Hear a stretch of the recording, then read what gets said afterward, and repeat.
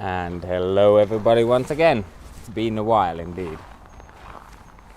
It's so sunny I can't even see anything here. Whoa. Just look at it. It's still below zero, it's about -7 maybe. But during the night it was -15. And just yesterday it was like +3. The day before that. And the sunshine is so strong that even in like -10 it's starting to melt things. Not to even mention about when it's +3 or something like that. Anyway, let's switch the camera. Have a look at this wonderful bike. It's not the same one that I used last time, because its big brother, Mr. Pääsky, it broke down.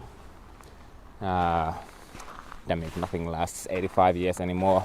So it had a fracture here in the steerer tube, but not this one. So this one is the little sister,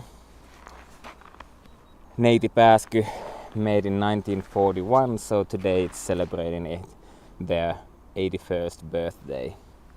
And please, if you are here, let me know who you are, where you're from, what's the weather like, do you ride your bike, and so on. At least as of now I can't see the chat, but that might be just because there's nobody written anything yet. So just let me know if you're there. Let me see if you can see the chat. No.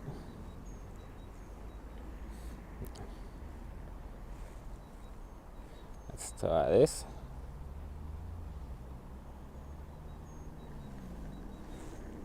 I can't really see the chat. Interesting. Let's try. This way. Yeah, I need to change it like this. Okay. So now I should be able to see the chat. And it tells me there's 10 viewers here now. So let me know who you are. And if you can hear me, of course.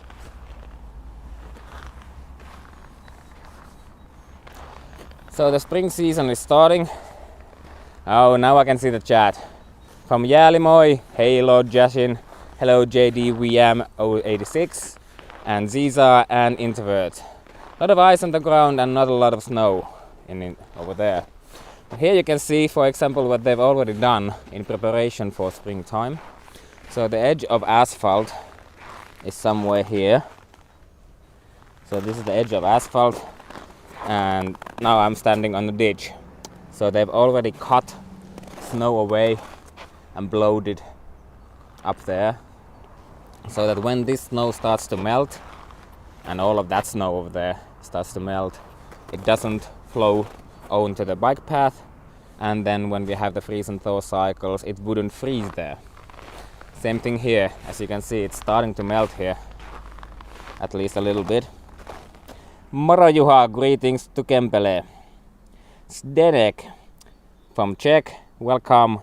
You have +2 and a little bit of snow, but almost no snow at all. So here we do have some snow still left, as you can see. And as always, if you're watching this live stream after the live stream has ended, you will be able to access and see the chat after a few hours, maybe up to 12 or 24 hours before the stream, after the stream has ended. It takes YouTube a while to process the chat, obviously. So let's take the bike and head on somewhere.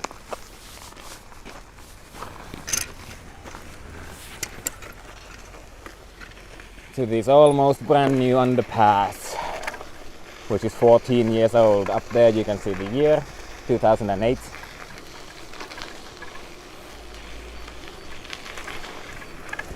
They've also spread some sand here, which at this point is totally unnecessary, but the situation may change any day. So when the sun is so strong, it could change.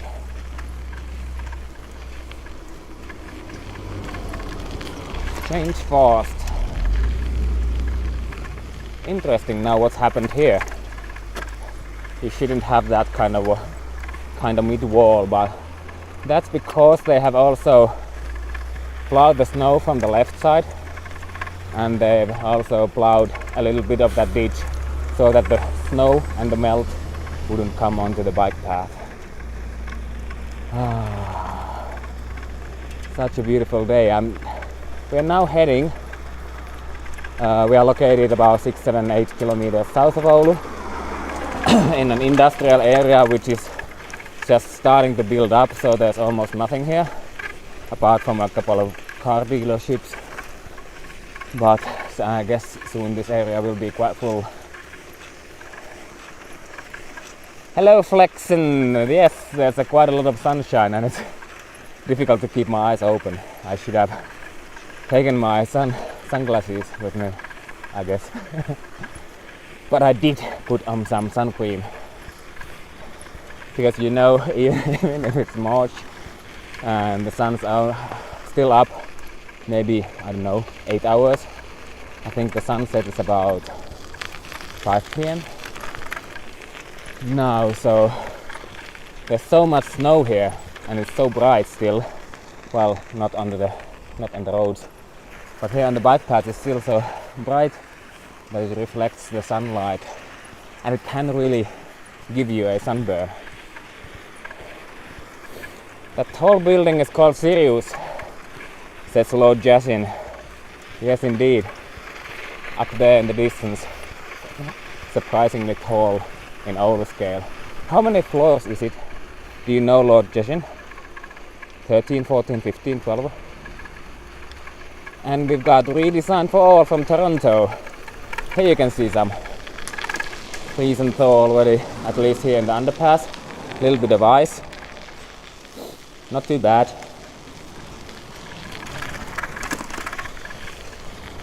Totally rideable still, but you need to be a bit careful in those.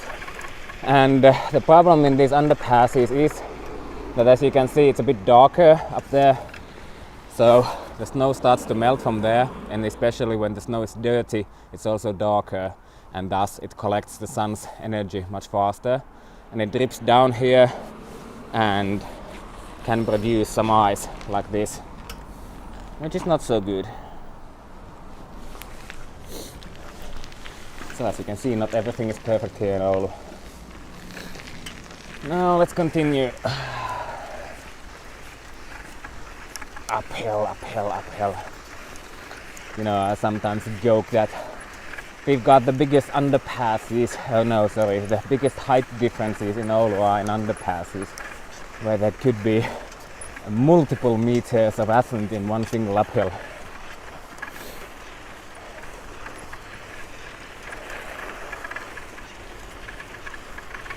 And first of all, we are now cycling in Kaakkuri towards Metsokangas, and then I thought I could steer back towards the city center, where I think we might have the biggest problems with freeze and thaw. Introvert is saying I should go up to that and count, but maybe you can count it from there now.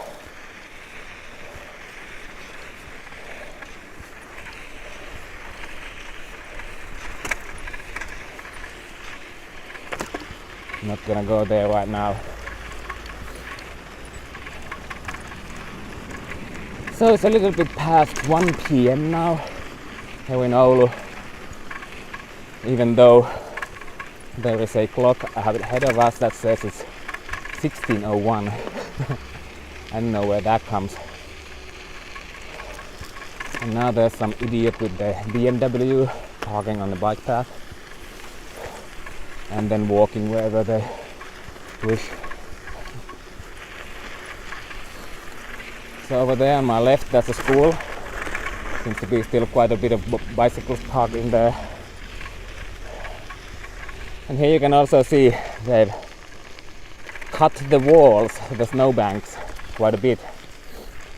So to prevent excess snow from melting on the bike path, and also to give space for new snow, because there are still snowfalls to be expected.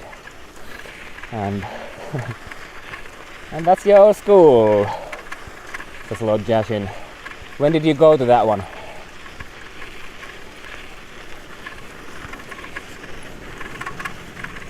go a bit further up.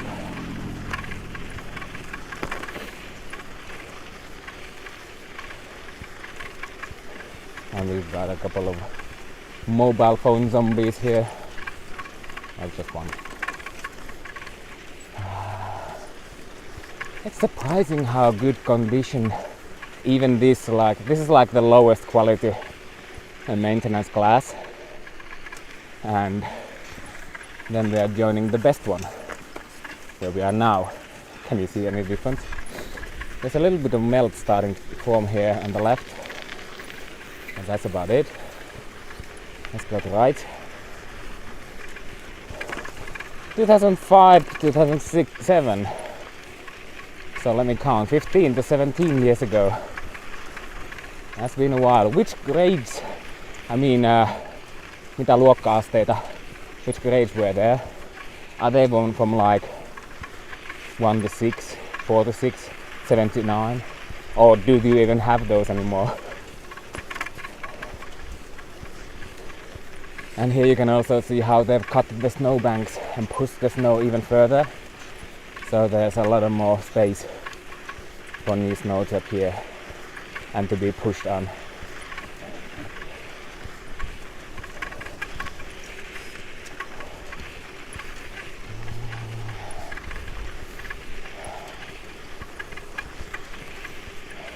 So beautiful. So we are now on main route number 9. You can see the pink sign here. This one. 7th and 8th grade. So what happened then? Did you move?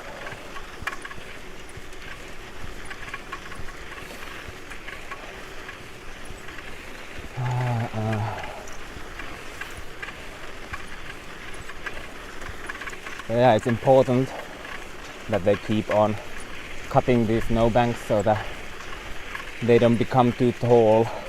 Because when the snowbanks are too tall, the only way you can push snow or throw snow is that you need to have the snow thrower. Well, this maintenance contractor has them in all of their tractors, but not everybody maybe has them.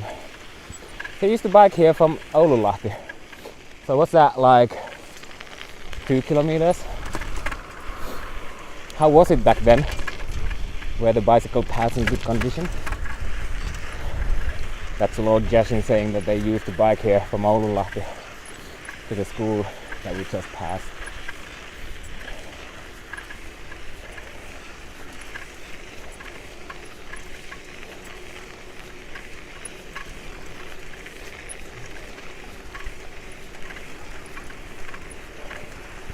Oh, you went after Kaakuri school. You went to different school in the center.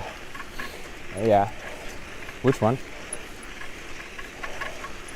So bright that it's difficult to see. And even though it's like -6 or -7 degrees Celsius, it's still getting hot here. Well, that is hot anyway, but it feels hotter than it should. There's a ski track over there. And you know, one of my favorite things in Oulu and in Finland in general is that we've got a lot of playgrounds here in the neighborhoods which you cannot access by car at all. So you can only go there on foot, by bike, or with a sled or whichever. So like this. It's a wonderful one over there.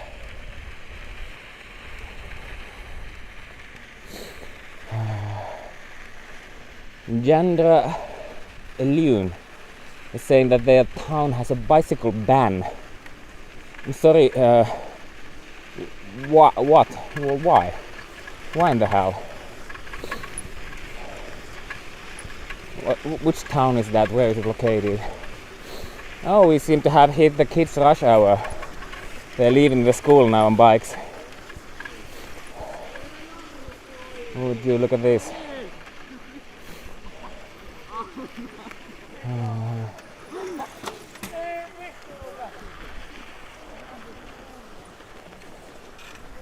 I don't know how many of them are leaving now. at this time of the day. Let's make a U-turn soon.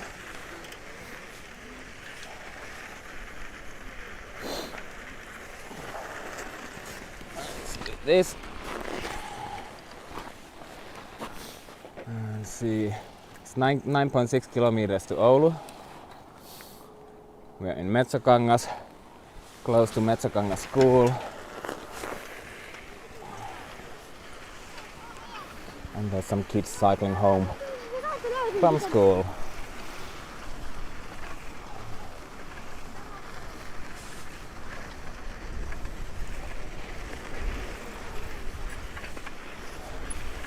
Cycling and walking, oh yeah. Somebody with their ice hockey stick.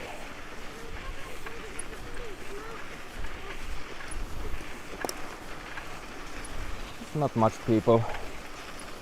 I guess it's late Friday, so it could be that the school's out from them already. Small town in the US that favors cars over anything else.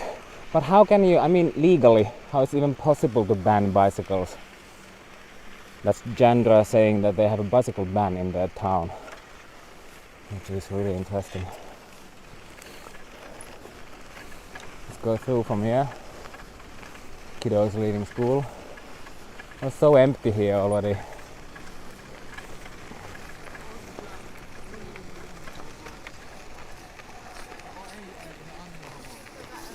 Ah, there's a traffic jam.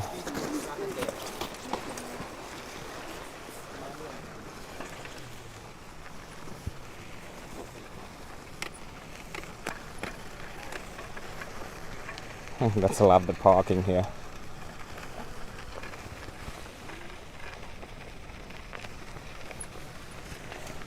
And as you might already know, that one is just one of the 4 parking lots that they have here in the school.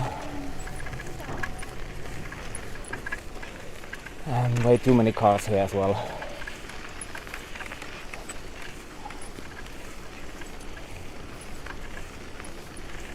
Let's see if they still have some bicycles left here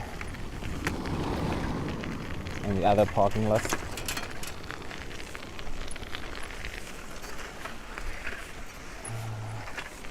Well, at least this one has. Would you look at this?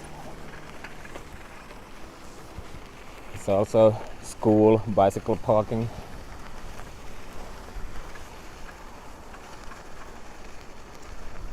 How do you like it? It's so joyful to see all the bikes parked everywhere and the bicycle traffic jams. Sai Iridium is saying that. Did you count the bikes? Lord Josh is saying that it's very disorganized parking and their teachers would not have allowed that. But then again, you have so many bikes here, it's probably close to 1,000 bikes here at this school. I'm not sure it's possible for any teachers to keep them organized, because that would require so many work hours. This is the only place for kids drop off. Oh, look at that. There's a little bit of ice here. Starting to melt. Not that good. Another parking lot over there with a little bit of kids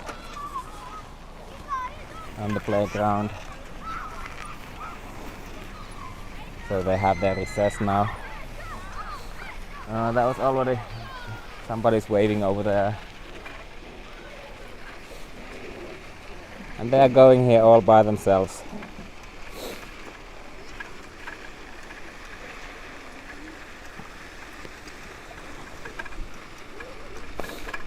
Let's go left and go see one more parking lot. Redesign for All is saying that they guess that bicycle theft is not much of an issue here. And as for the kids' bike, rarely. People are not as mean. And they seem to have some kind of lesson here going on.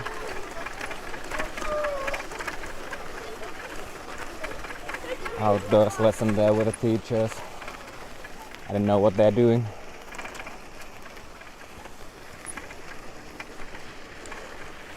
But yeah, so almost nobody is so mean that they would steal kids' bicycles.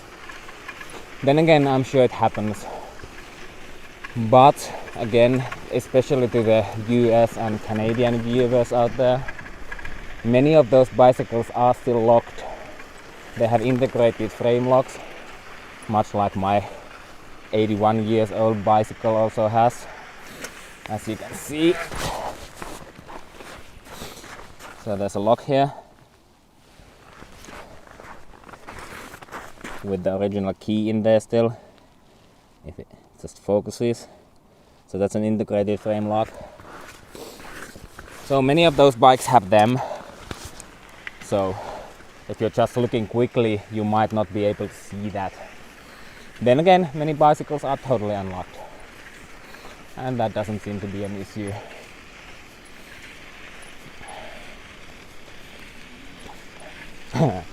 Sai Redeemer saying that they have seen something similar this morning in their city, just with cars. I'm sorry to hear that, and I really hope that we can change the world back to what it used to be.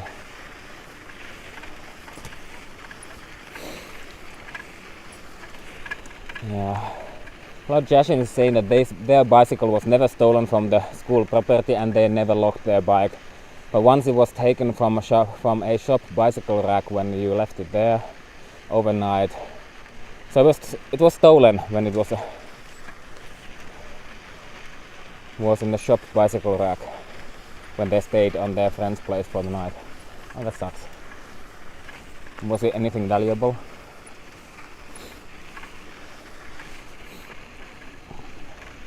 It's so quiet here. Not the best day to watch for bicycle traffic jams because look at the surface, it's just so full of bike tracks. And of course, because of COVID and so on, there's probably many kids who are not going to school but are staying home.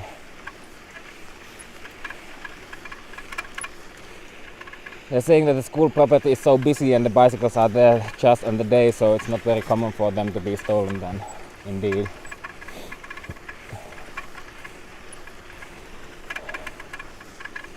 Redesign for all saying that they actually bought one of those rear wheel locks from a Dutch bike reseller in Toronto. Which one was that? I mean the bike shop, if people might be interested about that.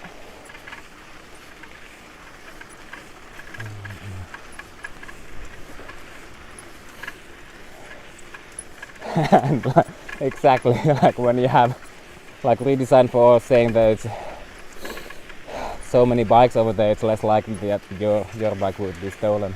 Indeed, when there's 1,000 bikes or something, the chance that yours will be stolen is indeed very small. Now look at them.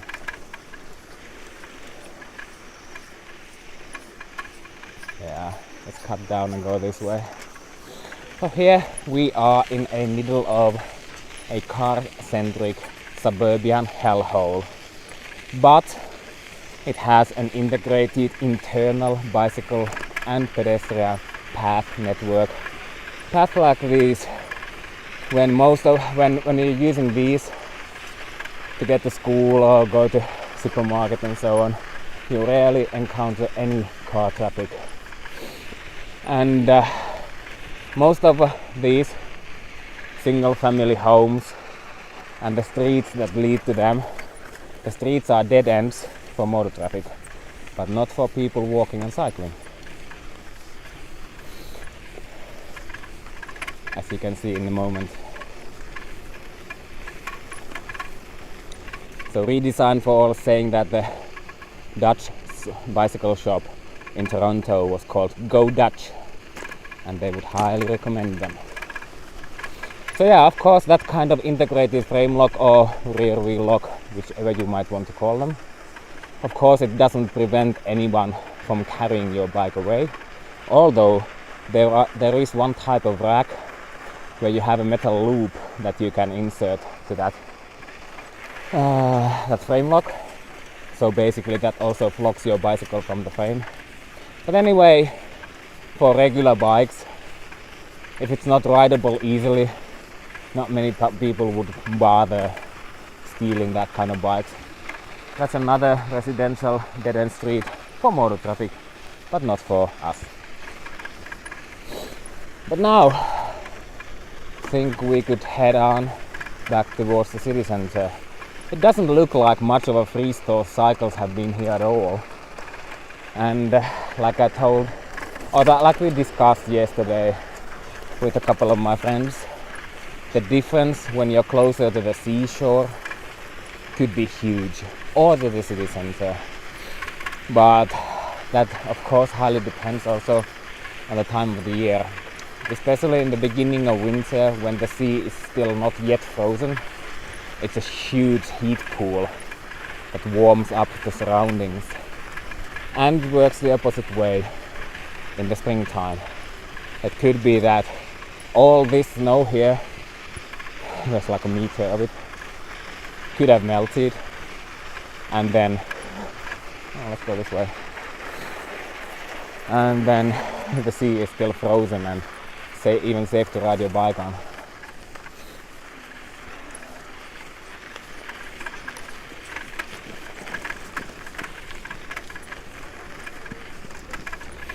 So a roundabout where we have the priority. But do they notice that? Yeah, they do. Okay, now you can see some freeze-thaw cycles here, because we are now on the sunny side of the street. It's already melted to asphalt with a little bit of ice, and this is not the best kind of maintenance nor planning. So you can see all of this snow. There's like 1.5 meters of it almost, and the sun over there, hi sun, is shining and warming it up, and of course it's melting and then flowing onto the bike path and becoming ice. So what you should do, first of all, you should have a ditch down there. There could be, there probably is, but it's probably not deep enough, or either this path hasn't been plowed wide enough on the right side. As you see, this bicycle path has a grade, so the water flows onto the left side, and there's probably drainage and sewers on the left side. But you should really push the snow further away or collect it away, which is expensive and causes carbon emissions when you need to transport it. Or you just should push it further away so that it doesn't melt onto the bike path. Alright, let's continue. Still, as for now, it's completely rideable, but not ideal. As you can see, there's a little bit of ice here. And also here, you can still ride it even without hands. But I totally understand if some people would feel a bit scared to ride over there.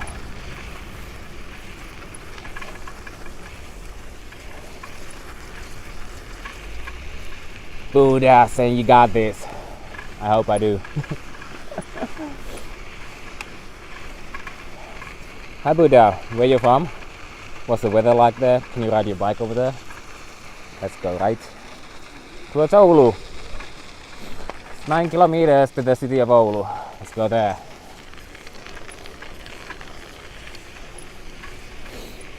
And once again, one of the favorite things, my favorite things, and so many others' favorite things here in Oulu is that these main bicycle paths and also secondary bicycle paths often do not follow the motor traffic roads, but they go just much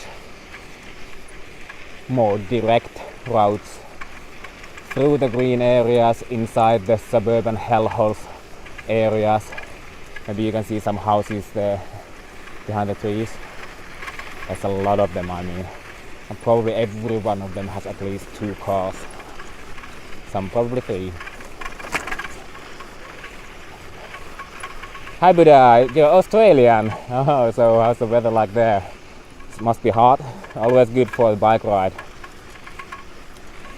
So doesn't my water freeze in this plastic looking bottle? Idiot is asking. I like your name, Idiot GG. So let's see if this one works. And here's the bottle.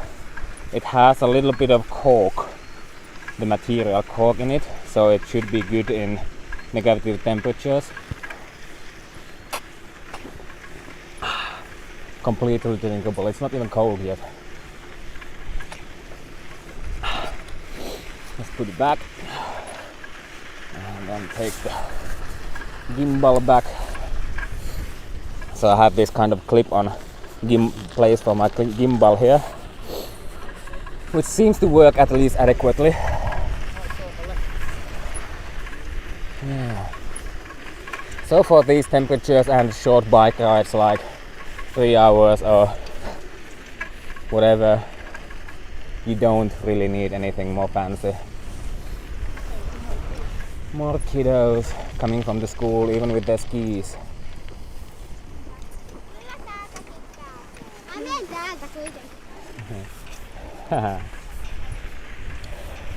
Those kids were wondering which way to go. Because one of them was saying that, yeah, we can go there from this way, but I will go from this way. Yeah, anything works. Because the network is so vast. So you can reach any bike, any place by bike or by foot. Buddha is saying that in Australia it's a completely opposite weather. What is the temperature? I'm interested.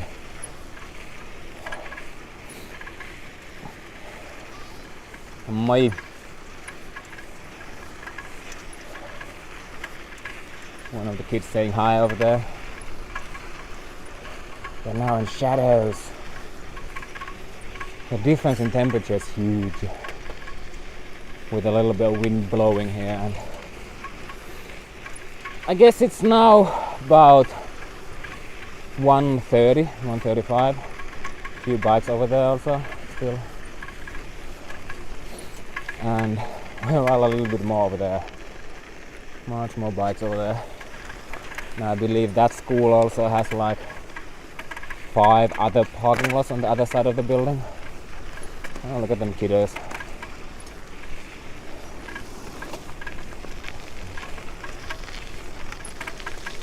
Buddha's saying that in Australia where they live it was plus 30 Celsius today, and that's a cold day. Fucking hell, mate. Like, how do you say you guys got heaps of heat over there? Heaps of heat. Can you say it like that? I don't know. Plus 30, that's already above my comfort limit, which is like plus 24. At the local supermarket or hypermarket where there's a little bit of covered bike parking. I don't like the racks, but at least it's sheltered and covered.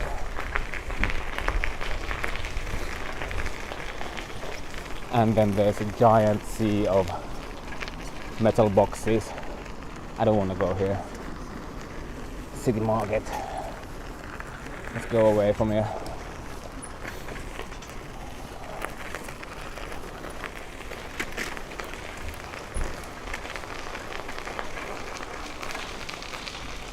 Let's go this way towards Oulu. 7.8 kilometers to go. Like Jashin's saying that when they went to school over there, just behind us, that exact spot, which was in the shadows and where you saw some parked bicycles, that caused sometimes a strong wind tunnel. And Buddha's saying that most days it was plus 40. Fucking hell. The warmest I've ever been was plus 40 in Budapest. And luckily I did have a bicycle, so I could get at least a little bit of wind chill. But that was like a personal nightmare for me. Like plus 24 is my maximum. I think that was the first set of traffic lights we encountered today, and even that one was green for us. Hi Patrick, from Hamburg, Germany. Plus 2, sunny but no snow. Perfect weather for a bike ride. I'm so happy to hear that. And you just got back from a bike ride through the city. So was it just for fun, or did you go to work or run some errands? And Lord Jasing is telling me stuff that I've never heard of, that once a crane just behind us, somewhere over there, a crane fell down, almost hit Sirius, which is that highest apartment building over there. Wow. Was anybody hurt? I hope not. So here also you can see, especially there up ahead in the sunshine, has already melted. Oh, there's somebody doing a wheelie over there. And they push the snow away so that it doesn't melt here. Just like they should. And even here, no melt. Just like you should. Good work, Oulun Koneyhtiö. So Oulun Koneyhtiö is a company who is doing the maintenance on these regional main paths, and they've been doing absolutely fabulous job here this winter and the winter before.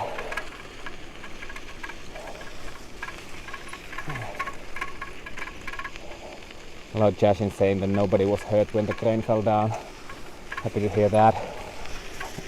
It must have caused some extra heartbeats for some people at least.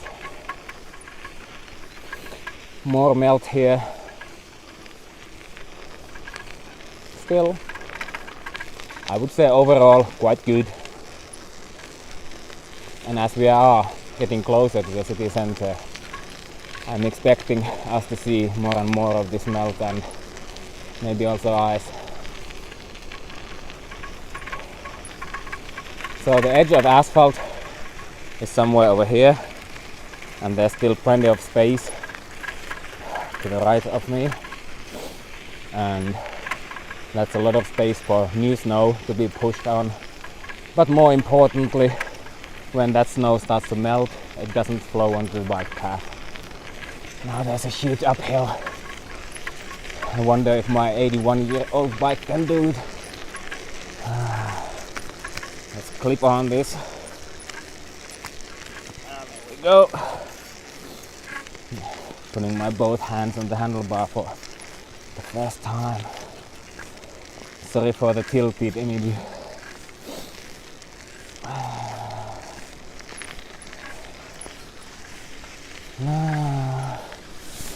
That should be good. And still requires some practice to remove the gimbal from this quick release. Basically need 2 hands for that.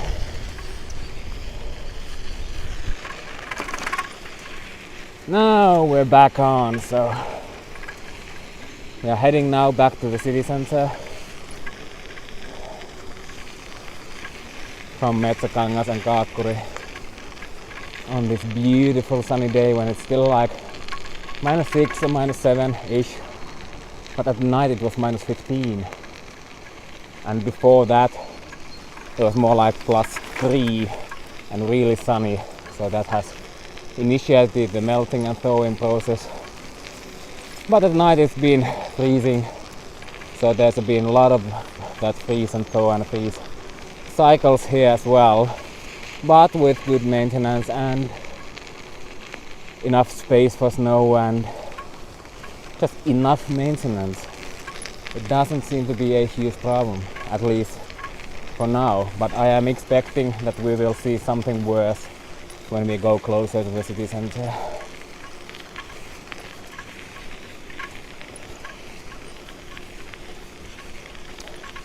Yeah, Patrick was just coming home from a bike ride in Germany. They run some errands and also a little detour just for fun. That's what bicycles are so great for. You can always go ride a little bit more, and you don't need to feel guilty about that, and it's always so relaxing, of course, with good infrastructure and safe one. So you can always go and ride a little bit more. 6 kilometers to Oulu. and we will turn right from here, a sharp right. As you can see, they have sanded. I would say that is totally unnecessary to use that much sand on that bicycle path, but that's a different contractor than this one, and this one actually seems to understand that you don't really need that kind of sand in these conditions, at least.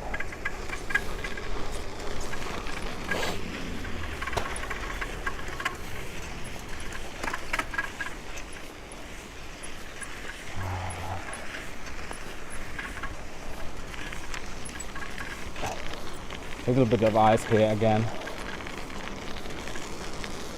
Nothing really to worry about.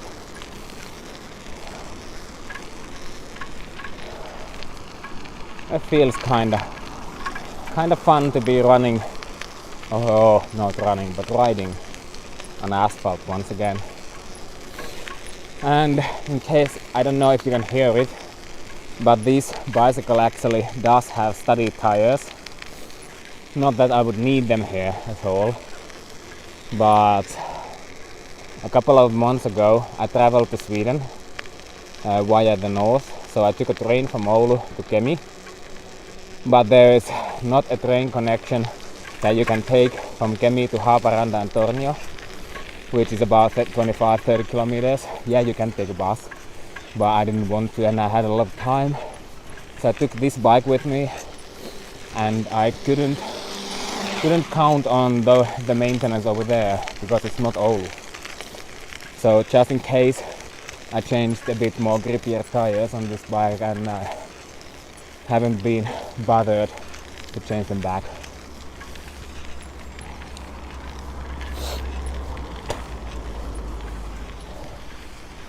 As you can see, you can just use a regular bike. You can hear the sound of the chain, which is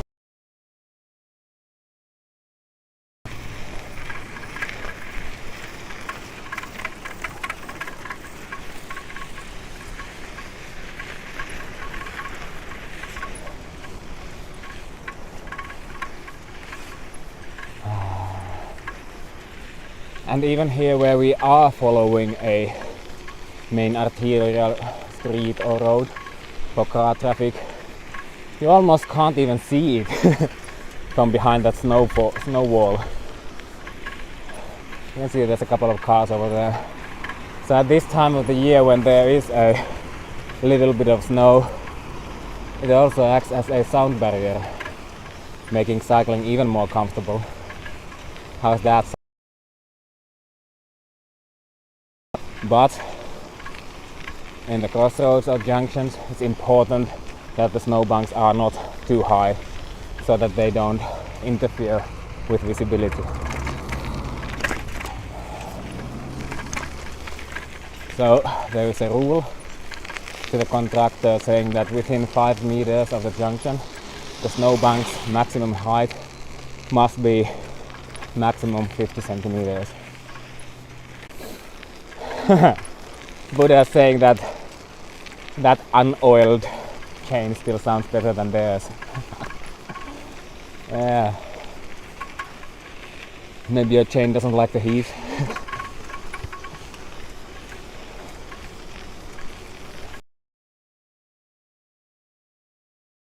The uphills we have is at least 3 meters high, maybe 3.5.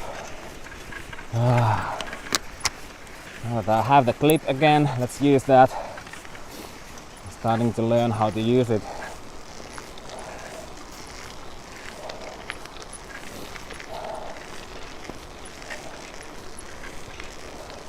Let's try something, if I can do like that. No, I can't. Or maybe I can do like this and switch the camera. Yeah, well, it doesn't work too well. Hey everybody. Is it frozen? Not much. But that's at least a little bit of proof that there is still freezing weather here. And the water bottle.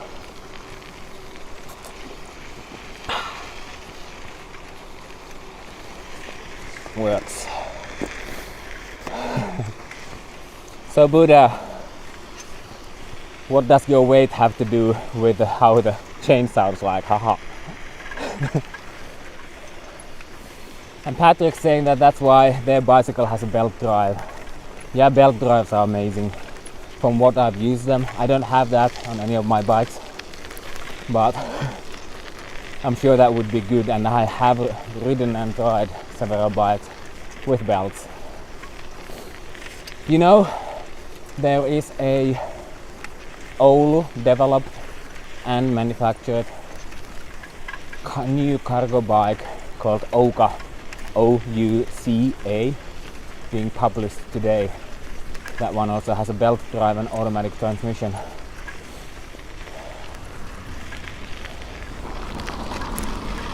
Now when we are soon done with this intersection, I think I'll switch back to more interesting views. You guys know how I look like already. Put on the gloves. Oops, just a moment. There's too much shake for the gimbal. Just a moment. Yeah. Take that and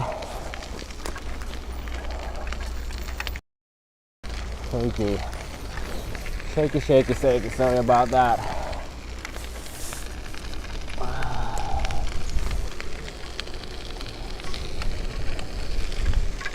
There we go. Oh, Buddha, you're 6'4" and 140 kilos. So you have a lot of power in your legs. So that's why. Oh, I see. I should ask for a test ride for a belt drive bike. Yeah, so as I said, I've tried several bikes with belt drive. But of course you need a special frame for that so that you can actually change the belt. And I'm quite happy with my current bikes, but yeah, maybe sometime.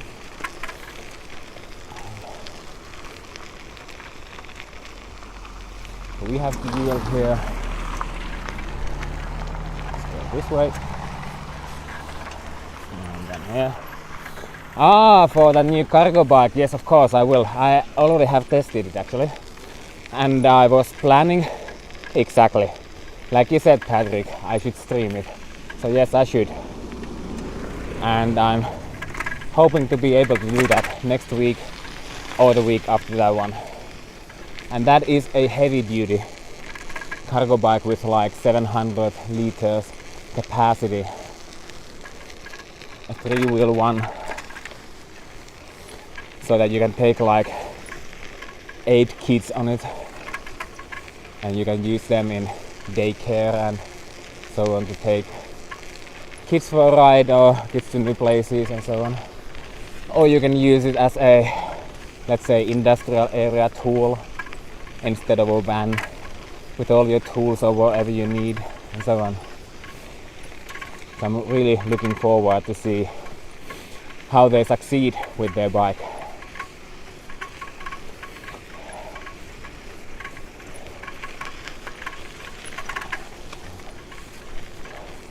$700 Newton meters, no, not Newton meters, 700 liters capacity, so 0.7 cubic meters.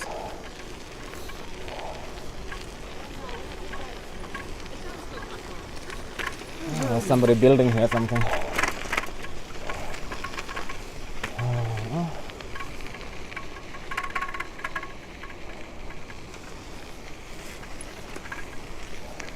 Somebody going grocery shopping here.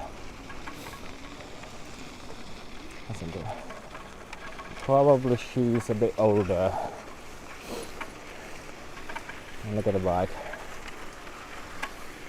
Oh, that's beautiful.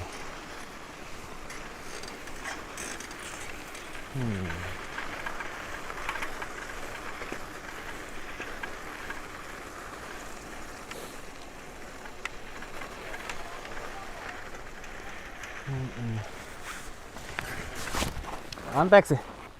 Saako jututtaa ihan pikkusen? Saako jututtaa ihan pikkusen? Joo. Elikkä mulla on tässä niin live-lähetys menossa YouTubeen, englanniksi toki. Niin. Puhutko yhtään englantia? En. Joo. Ootko menossa kauppaan vai? En oo menossa sun kotia. Okay. Kotia vaan? Niin. Ehkä sä oot käynyt jo jossakin, mutta saako kysyä minkä ikäinen te ootte? Ei oo pakko vastata. 72. 72? Ja kuljet pyörällä aina joka paikkaan? Kyllä. Aivan loistavaa. Minkälaista talvikunnossapito on tänä vuonna ollut? No kyllähän nämä hyvässä kunnossa sillä on, mutta tietenkin kun lunta tulee, niin eihän niitä joka paikkaan ei aina kaikkea, aivan. Että en voi kyllä moittia. Aivan. Kun mulla oli sellaisia katsojia, jotka sanoo, että heidän kaupungissaan pyöräily on kielletty. Mä en ymmärrä, että miten se voi olla mahdollista. Ja tosiaan, siis meillähän on täällä oikeasti maailman parhaat talvipyöräilyolosuhteet. Niin. Ja kaikkialla maailmassa se ei ole ihan niin hyvin, että ei tarvitse mennä oikeastaan kuin Tampereelle ja Helsinkiin asti, niin ei voi oikeastaan pääse pyörällä enää mihinkään. Saati sitten jossakin USAssa tai Kanadassa ja muussa, että on paljon yleisöä sieltäkin päin ja Australiastakin katsoo, missä on 30 astetta lämmintä just nyt ja näin. Niin. Mutta niin se on heillekin aina kivaa katsella, että niin minkälaiset ihmiset täällä pyöräilee, minkälaisella kalustolla ne menee. Onko sulla minkä ikäinen pyörä? 20 vuotta vanha. Joo, se ei ole vielä ihan yhtä vanha kuin tämä. Tämä on 81. 41 tehty tämä näin. Joo. Mutta nämä on aivan parhaita. Joo, kyllä. Aivan. Kyllä. Mutta hei, en häiritse sua enempää, niin kiitoksia oikein paljon ja hyvää päivän jatkoa. Alright, so sorry she didn't speak any English, but she was 72 and not actually going to that supermarket up ahead, but she was already going home. And she was saying that they always use their bicycle to go places and that her bike was only 20 years old, as mine is 80. And I already forgot if I said. I asked if I can ask their age. She said she's 72 years of age. And then I also asked if they are happy with the winter maintenance this winter. And they're saying that yeah, they are really happy.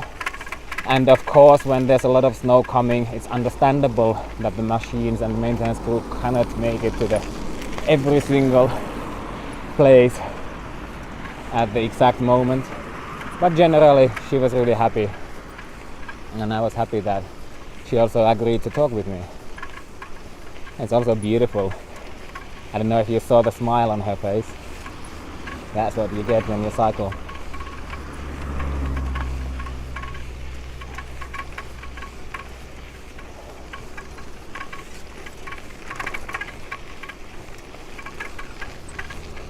Alright.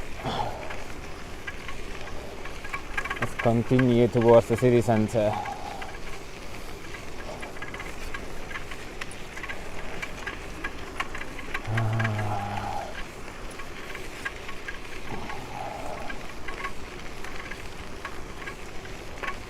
Oulu, 3.2 kilometers.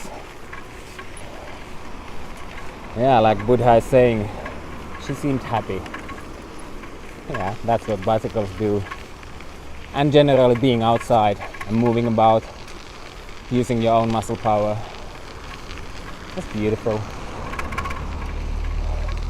Gives you at least a little bit of hope during these dark times. Fucking hell. Don't get me started about that. Right. So much noise here. I don't like it.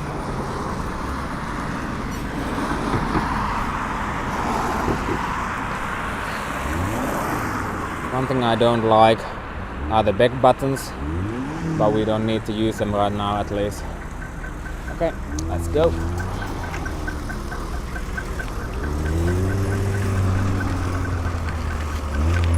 And the sun is so strong that even now in -5, -6, -7 there is melt and there was a little bit of water on the road. Oh, that's not too good. Still totally rideable and they've sanded it at least. I did some sand. Boom, boom, boom. It's a bit bumpy as well. Again, now it's smooth. Let's continue. So this is not indeed the highest quality of maintenance classes.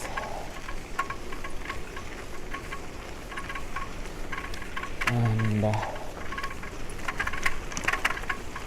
one of our buses waiting here. going all the way to Haukipudas in the north, and Häyrysäniemi even. That's the terminal stop. We could go and have a look at what that temperature meter over there says, but it might be biased. Biased? How do you say that? What can you even say about that? About a temperature meter, thermometer. And there's so much sunshine, it could affect the reading. It says -2. Difficult to see from the camera, I guess. So bright sunshine. -2 and 13:57. That's what the time is. So now I'm also using a different mobile phone than last time, because my trusty old Sony, which is a really good phone by the way, but it's just 1.5 years old or something like that, but the battery is depleting. It's not that good anymore, and so last time it would only take like 57 minutes or something of live streaming, and now I'm using this Xiaomi Poco F2 Pro or something like that, which I haven't been using that much. I actually bought it just to be a GPS recording like backup device. No, what do we have here? We've got Cyridium saying that which myths has been busted so far. You can't cycle in winter. You need a special bike to ride on snow. Commuting is only for the young and healthy, and people in the Nordic are not very social. Oh, you have to love that, indeed. And now we are crossing a Nordic ski track. Would you like to go skiing in these conditions? That's beautiful. Which reminds me that I really need to go skiing as well. I really do, because I haven't skied at all this winter. I really should. Oh, let's go left onto this, one of our new bicycle superhighways, Maikkulan Baana. So the left side here is for people cycling, and the right one is for people walking, as you can see here in the sign. And it's also printed in the surface. Naturally you can't see it right now, but when it's dark, I'm sure many of you have seen images or videos about the projected traffic signs that we project onto the surface when the snow is covering the markings, so you can still see that. Still see the markings. Oh, Patrick's saying that when there's a bike path crossing a ski track. That's so funny. Well, for us it's completely normal. That is our main hospital area, and they've got some huge construction works going on over there right now. I think that the project is like 1 billion euros or something. Can it be really? Yes, it can. So here's one reason why you shouldn't have manholes on the bike path. Even if they would be perfectly level, there would always be like heat differences, temperature differences, because there's a hole underneath. So it either doesn't freeze as well as the ground in non-manhole places, and that could cause problems with the hard-packed snow layer, which in this case is very thin, of course, but still it's a height difference of at least a few millimeters, or if not a couple of centimeters, and that might not be comfortable, and especially in places which are not maintained as well, yeah, the difference could be higher. So this is just for Patrick. There's a ski track crossing a bike path here. Of course it's the same one. this one.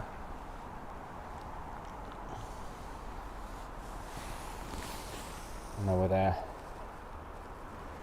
There is actually quite a good ski network here in Oulu. I believe it's like 350 kilometers of Nordic skiing tracks here.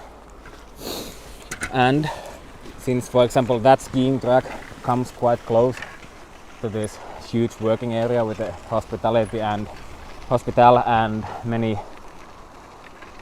joining companies, you can actually ski to work. And when you look at this surface, you can even ski on the bike paths. We sometimes do see people skiing on the bike paths as well.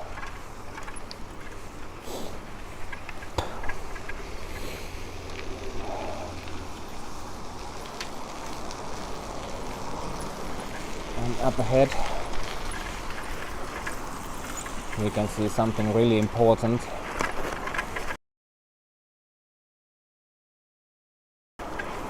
Makes it possible for people with limited mobility or challenges in their mobility to get around, even in the winter, which is a huge human rights issue around the world.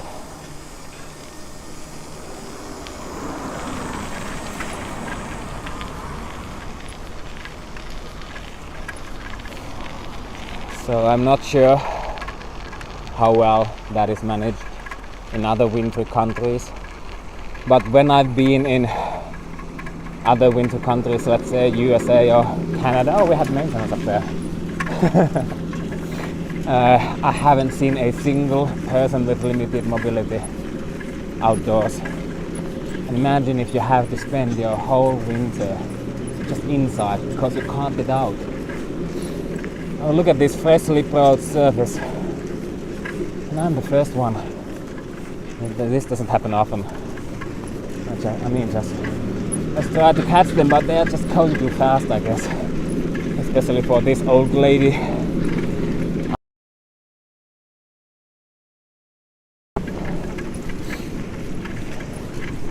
Let's go see.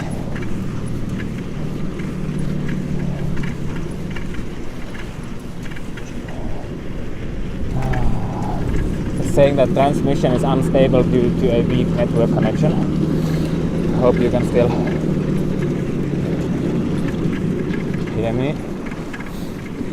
Now, there we go.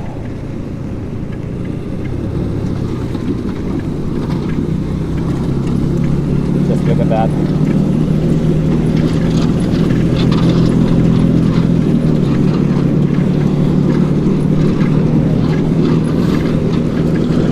Now going like 22-23 kilometers per hour, which is a bit too much for this bike.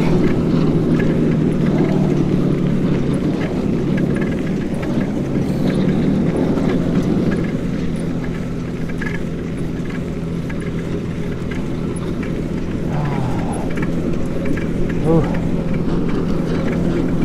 24. Now going downhill. Careful with this one now. Now look at that. Can they fit? Yeah, they can. Yeah.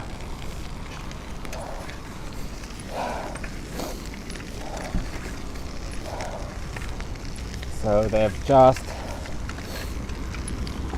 plowed it. There they are coming. And would you look at this surface? It's just really good already. But that contractor is just going through and through just to make it better. And here you can see that they've transported already almost all of the snow away from between the road or the street and this wonderful bike path.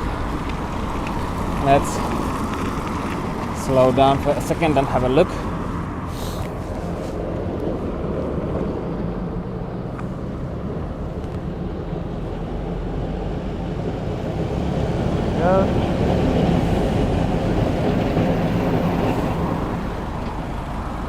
Oh, there's something happening there. there.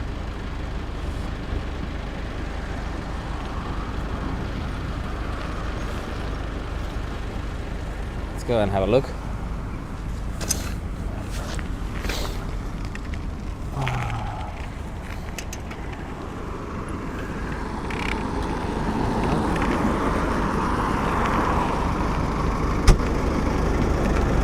Mitä siellä tapahtuu? Ei kuule. Öljyt tulee pihalle. Ai. Tää ei kehtaa kuvata hirveen.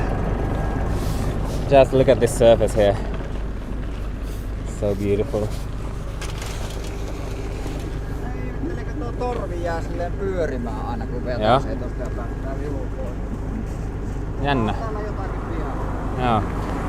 So apparently there's something wrong with the machine, and they were saying that the tower just keeps on rotating or something. I don't really understand too much about that. Mitä? Mihin se on menossa? En mä tiedä. Keskustaa oli puhe, että mutta täällähän mä oikeastaan jo oon. So what is happening over there? Hydraulic fluid is dripping out from somewhere. Or spraying out better. Yeah. Apparently there's, I don't know if you heard that, but there's hydraulic fluid spraying out from somewhere and he's trying to figure out where it's coming from. Maybe if you go a little bit further Yeah, of course. and try to use it. Yeah, of course. Yeah, let's go a little bit further. Redesign for all is asking if all the maintenance people recognize you. Well, I wouldn't be surprised about that, but I'm pretty sure that they don't. But this guy is Janne from Oulun Konetyö, the super maintenance class contractor, and I could say he's a good friend of mine already. He's already allowed me to go in with him, and there's one of the live streams where you can see how it looks like from the inside of probably the same machine.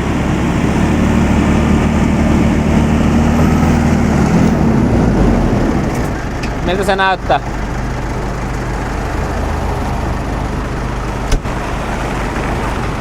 Korve kääntyä ei voi käyttää, se letkuvuoto. Ai. Se on nyt tänne minä Yeah. So you can see the tower that's throwing the snow over there, and apparently now you can't turn it, but luckily it's now pointed on the right side. Alright. You're doing live. What's that? You're doing live now. Yeah, you're live with all this audience, international audience from USA all the way to Australia where it's plus 30 now. Yeah. Fucking hell. So how's today been for you? And what are your tasks today? I was woke up like 10 a.m. and Yeah.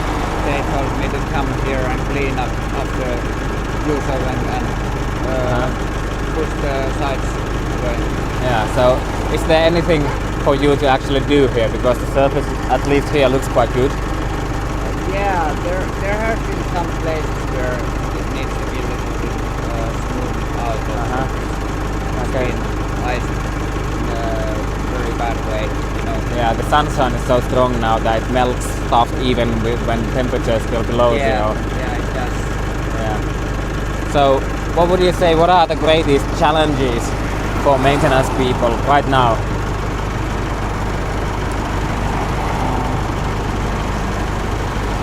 Probably figuring out when to blow the snow away. Like, you mean the time of the day? Yeah, or when it's melted enough, Yeah. so you get a smooth surface. I see. Oh, For that's- example, yeah. now it's too cold and it's not Yeah. melted enough, so Yeah. I can't do much. I see. So what is the temperature now, do you think? I don't know. The last time I checked in Kaukovainen it was -2, but when I started it was like -7, but of course it varies a lot depending on where you are. So Edward's saying Canada is watching as well, and Klaas is saying greetings from the Netherlands. And there's somebody transporting snow over there. They have have been for a while now. Yeah. And they will be. They will be indeed. There's a lot of snow still to be transported. And that's basically air that they are transporting. What? Et se on käytännössä ilmaa mitä ne kuljettaa. Yeah. So most of the snow is just air. Yeah. But it's actually packed really much in the last few days. Yeah, it is. And if you would use a snow thrower to load them instead of a bucket, then it would be even more dense, I guess. Yeah, it would be. Yeah. So I think somebody said in an interview that they've already transported like 100,000 cubic meters of snow here, or is it even more? Or 10,000, I don't know, what is kuorma? 10,000 loads? Probably more. Probably more, yeah. 20,000? I don't know. Yeah. It's a lot. It's a lot indeed. And that's also a lot of carbon emissions, Yeah. which could be avoided if we would have better planning for snow storage locally so that you wouldn't need to load it away. Yes. Of course, it's not possible to not transport all of it, but you could affect it a lot. You could have, for example, some places around the town where Exactly. you could have a snow melting place. Areas, yeah. And you could also build up like huge downhill places for kids from the snow in Yes. just let's say sports fields Yes. or just big grass areas. We are blocking the traffic here a bit, seems like. And it's also quite a noisy place. I hope you guys can hear what Janne is saying. I don't know. Anyway, I don't want to keep you here too long, so feel free to continue. Check out what I bought today. What's that? Check out what I bought today. Yeah, of course I will. So he bought something today. Hello. I'm gonna make videos. That's wonderful. So you're going to put it somewhere outside the tractor? Yeah, probably. Yeah. Okay. That will be wonderful. Also when I'm going snowmobiling. Yeah. Yeah. So you're going this weekend already. Where are you going? Probably Pudasjärvi. Pudasjärvi. Okay, and Syöte. And Syöte as well, probably. I don't know, but we are taking off from Ylikiivi again. Okay, so it's going to be a long day. Yeah. Oh yeah. So fun. What is the weather forecast now? I don't know. Okay. You didn't check though. Yeah, we have a maintenance guy here who doesn't check the weather forecasts. Okay, but hey, it was good talking to you. Enjoy the rest of your day. Thanks. Now let's continue. So sorry, I don't know if you could hear anything. It's so loud. Let's see from where he comes. Let's stop here for a second and have a look at when it comes from there.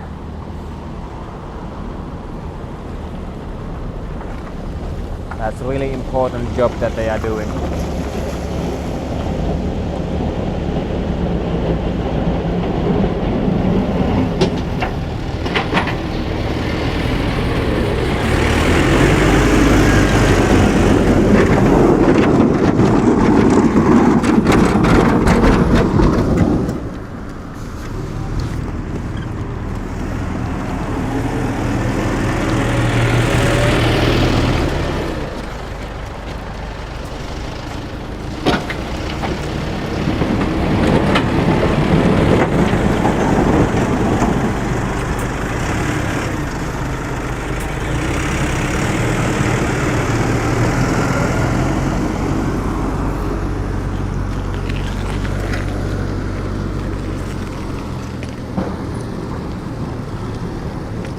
So here you can see it's melting fast. There's already water on the surface, dirty water. They are trying to scrape off the ice, but the ice is so strong still. Well, it seems like they can get some of it off.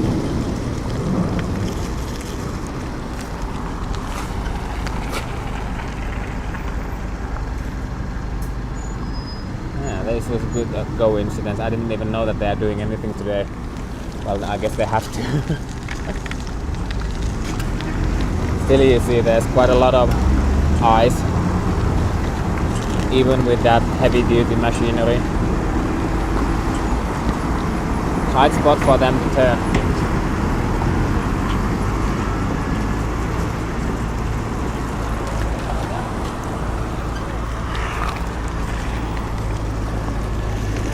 And would you look at this? This is not going to be fast. So because there's a people walking in front of me. Also look at how dirty the snow over there is. How narrow the spot is. Look at the front bucket. I don't know if you can see it. That's just like 10-20 centimeters from the building wall.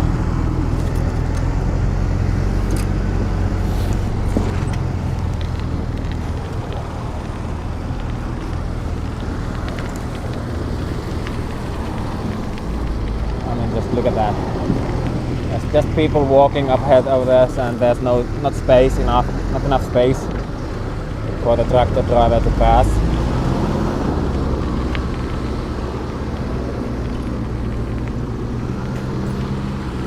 Okay, now they're passing over there because there's probably, I'm sure he knows how it looks like here. You can pass them. Look at the traffic jam here. So this is way too narrow infrastructure, and with a bus stop even.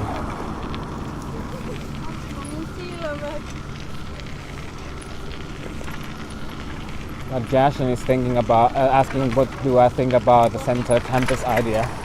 So currently the university campus is located 5-6 kilometers north of the city center, and there's been talk and plan to relocate it to this area just in front of us.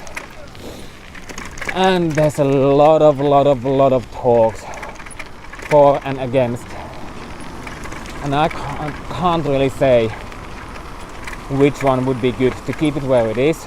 It has a lot of positives, a lot of pluses, and also minuses. But so has, oh, we have a taxi here. What are you doing here? Not a good thing. Okay. Starting maintenance again. So yeah, there are 3 big hypermarkets here, and I think they need to be demolished soon anyway. So there's been a lot of talk of what to build instead. Leaving some snow here. So there's a lot of space for snow here, as you can see. It's been emptied right now.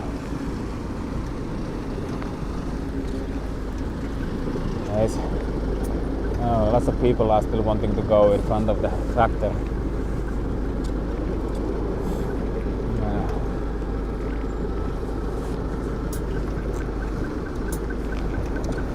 Yeah, especially in these tight conditions, it's not ideal to be a maintenance guy.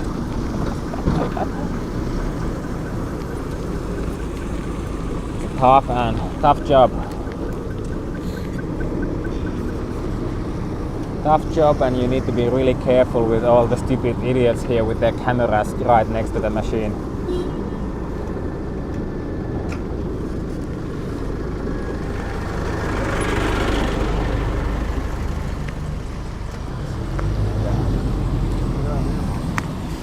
Pystytkö siirtymään tänne toiselle puolelle? Tälle puolelle, kun tuo... Minä käydään asfaltin jätkänä justiin tässä, mitä mulla on ollut. Anteeksi? Mä oon asfaltin jätkä. Joo. Mä kävelen juuri tässä. Kyllä, selvä. Kiitos. Voitko pois? Totta kai. Minä päivän määrä. Ei, mä kysyin vaan, että voisitko. Well, we had some interesting conversation there. I was just asking politely if they could move on to the other side. Yeah, I understand that they have their challenges with the mobility, and all respect to that one. They were just saying, I am walking right here and you go the hell out of here.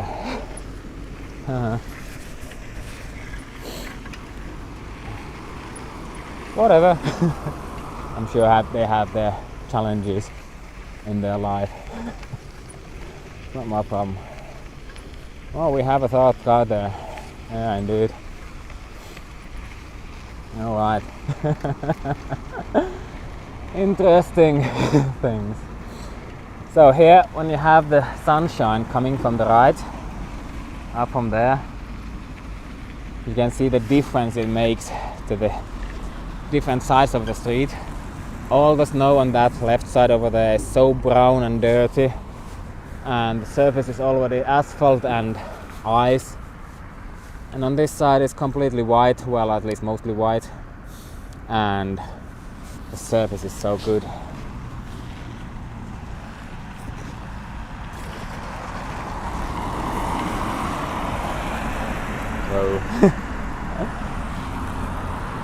So still wait for the maintenance guy to come. They're probably doing something important over there.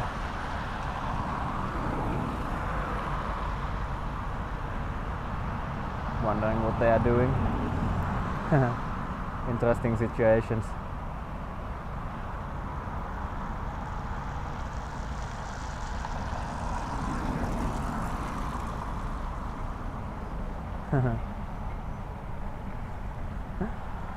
Meanwhile, while we're waiting, let me check how much battery we have left. Can't see. Oh, 47% of battery still left. It's saying that the battery is being drained too fast. Drained 30% of the battery during the last 30 minutes. Whoa, that's a lot. But it's still much better than my other phone. So now they are coming.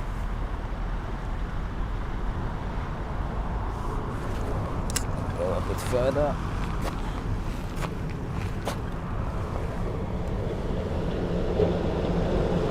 There we go.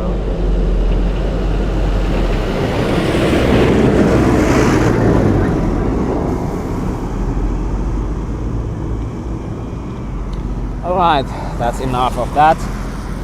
And we will head to the opposite direction. Go through the city center or something.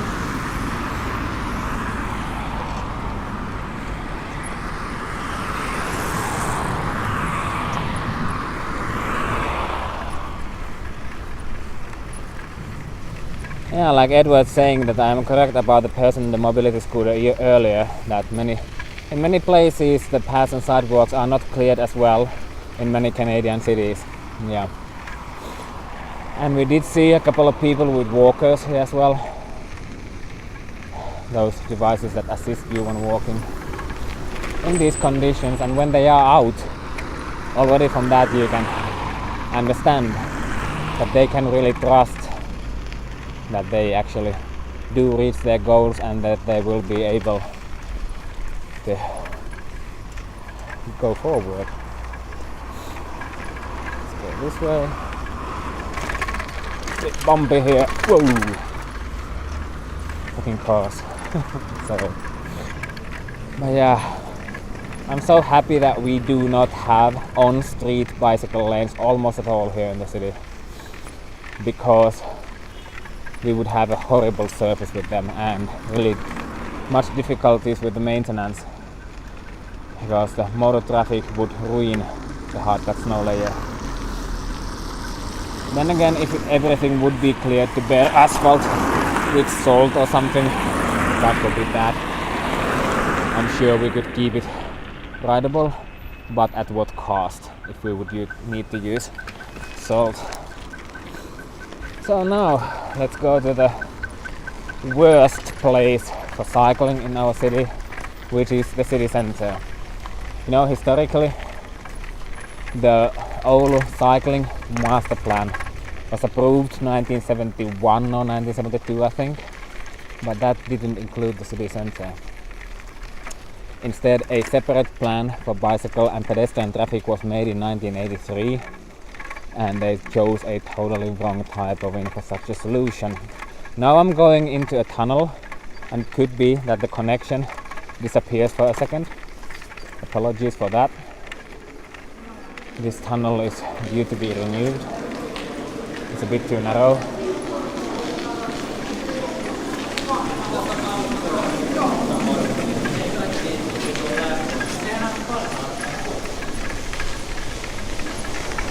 The tunnel is also planned to be extended, so that is also not as steep as it is now.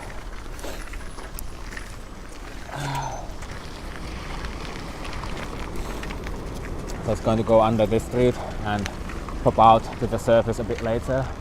So here we have one of the few, or actually the only city center on-street bicycle lanes. They are somewhere over there under the snow. So yeah, this happens in Oulu as well. So here you can see the bike lane. We are now on it. Not too good.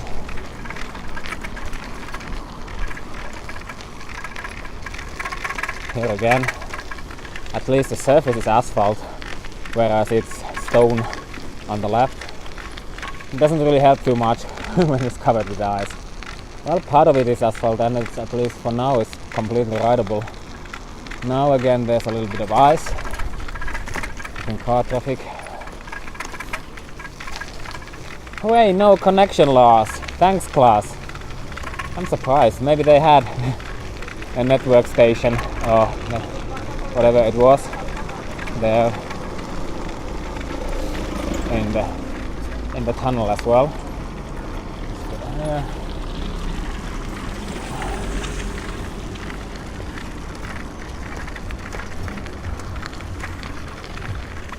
So as you see, when there's so much pedestrians here and they mix bicycle traffic with it, yeah, you can still get to places, but it's not too efficient. Then again, our city center is quite small. It's only, this grid here is just like 2 kilometers by 1 kilometer. So you don't really need to hurry here. So yeah, let's go onto this bicycle street. This way. So this is a Fietsstraat, where it's one way for motor traffic and bi-directional for bicycle traffic. But there's still way too much car traffic here.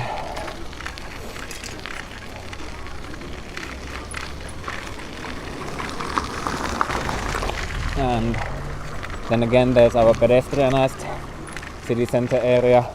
Still in 1986, this was the most important car parking place in the city center. Rotuari. And here we have the balls of Rotuari.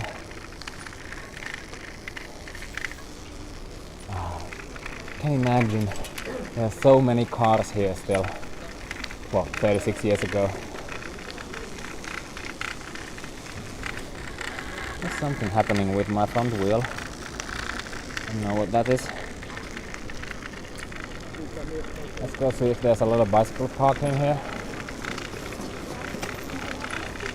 But with the freeze and thaw, this area doesn't seem to experience any kind of problems. So yeah, it is a pedestrian street and bicycles are allowed here, but you need to yield to pedestrians. And as you can see, there's a high demand for much more bicycle parking here. And the racks are not the best ones. I guess many people still seem to use them, so I guess it's quite okay. And now we really need to find out what is causing the rattle with my front wheel. Maybe there's a little bit of ice or something over there. Let's have a look.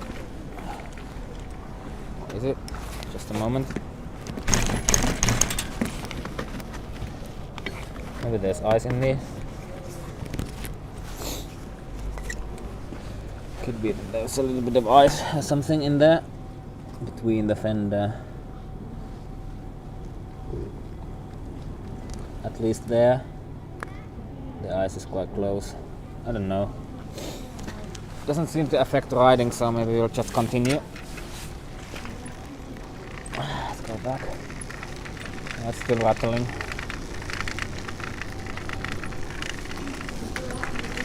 Yeah, there we go. Did you see how smooth that was?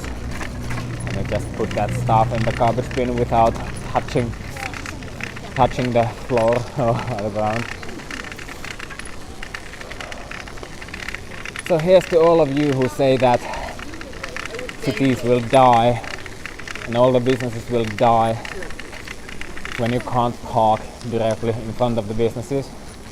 It's March in Oulu, Finland, 65 latitude, and we are on this pedestrian street. It's 14:32, so 2:30 p.m. so most people are still working. It's busy as hell here. -2.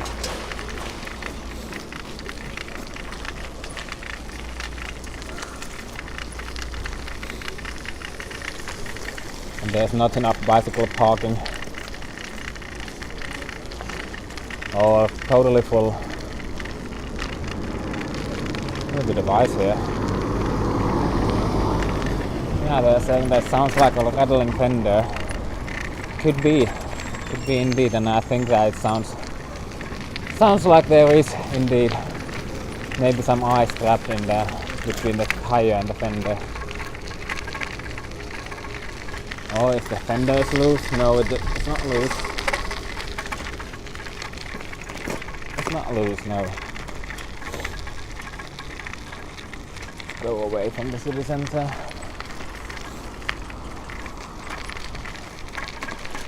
Ah, the smell was so good.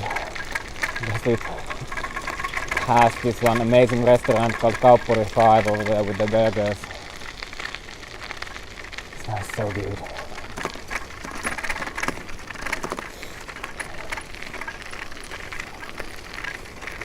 The big fat Greek gyros over there. So we're at the market square. There's so much space here that you could just build like snow hills. Like that one, but bigger. Here for just, for example, kids and maybe why not adults also to go do downhilling and sledding and so on.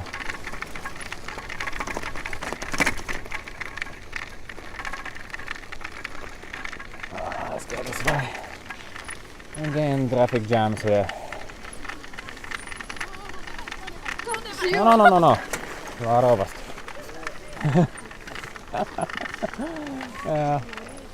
Yeah, imagine that situation with motor traffic.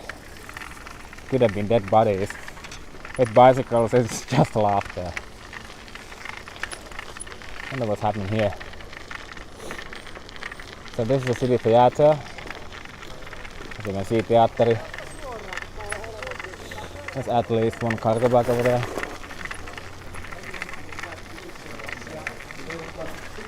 That's a U-bike.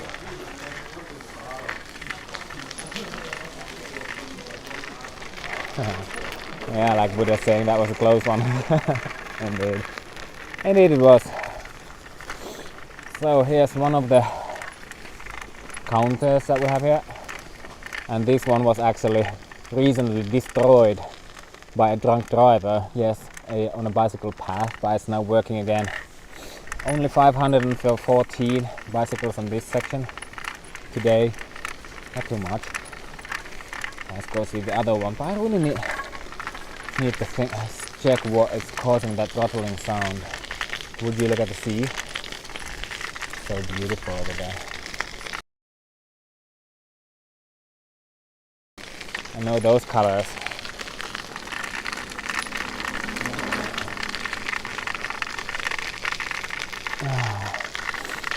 Let's stop here for a second.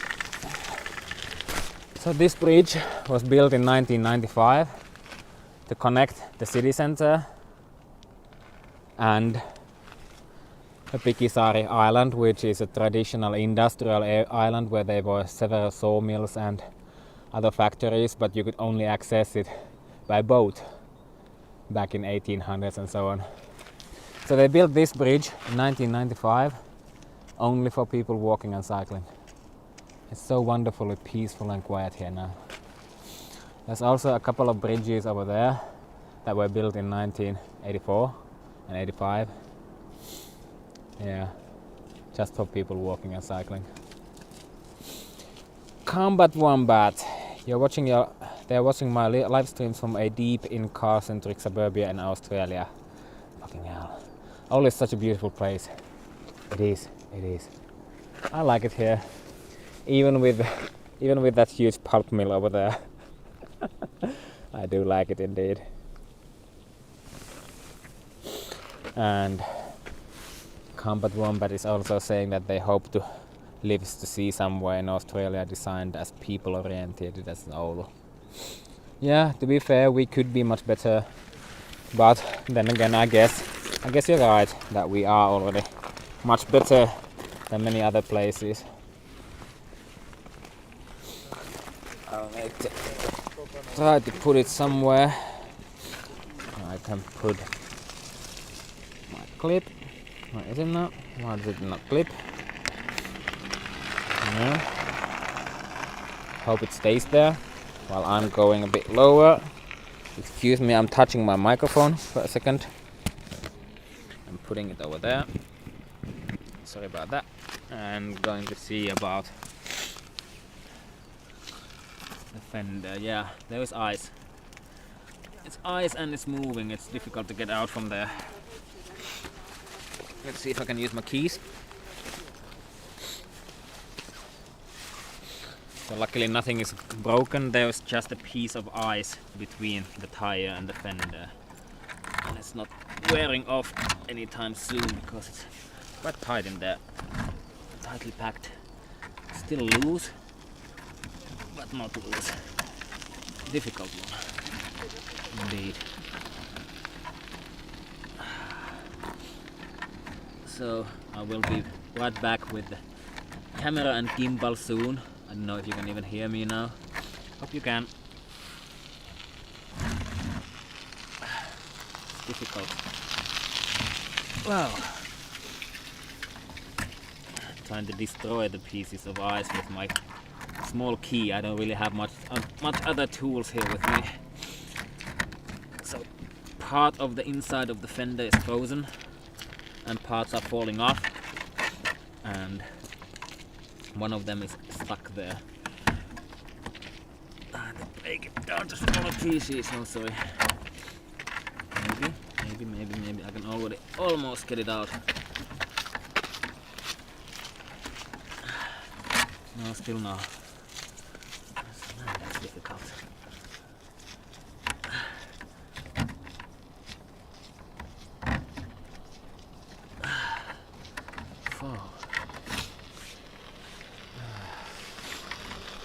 Hope you guys still enjoy the scenery while I'm doing this, and at least it's not too cold here now with the sun warming up. Oh fuck, it's difficult. Got one piece off. Still much to do. Really difficult when you can't even see properly in there. We need like 2 keys. I don't have. No. How do I get 1 pieces of them out? Oh fuck. Sorry.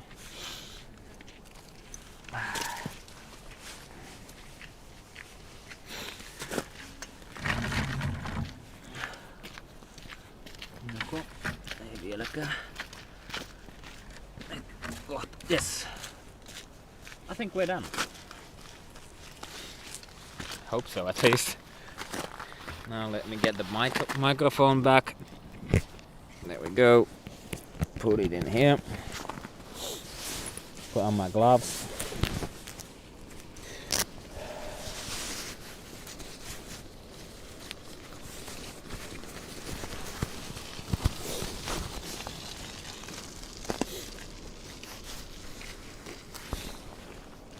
Alright, let's try to get going.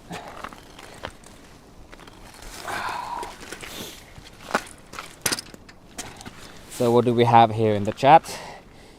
Lord Justin is saying, imagine that Oulu did like Helsinki and moved the factory that pulp mill somewhere else and build that area into a new residential area. Indeed, that would be a wonderful location. So good, it's right at the sea. Okay, there's the seaport, yeah. So it might be big task.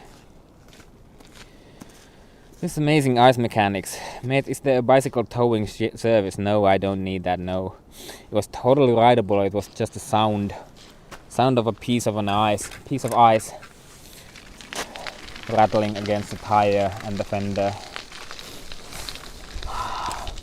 It's so silent now. Buddha's saying that they still had to follow the parallel line street for the first accommodated horse and cart tracks as they were mostly in straight lines. It was already bad before the car. Oh fucking hell. Yeah. I'm not sure if I missed something because I can only see like 3 or 4 most recent messages on my screen. But what I don't really like in US and Canadian and probably also Australian city design is that it's just 90-degree angle grid everywhere. Straight, maybe efficient. Well, I don't think that you can really talk about US and Canada and city planning and efficiency in the same sentence.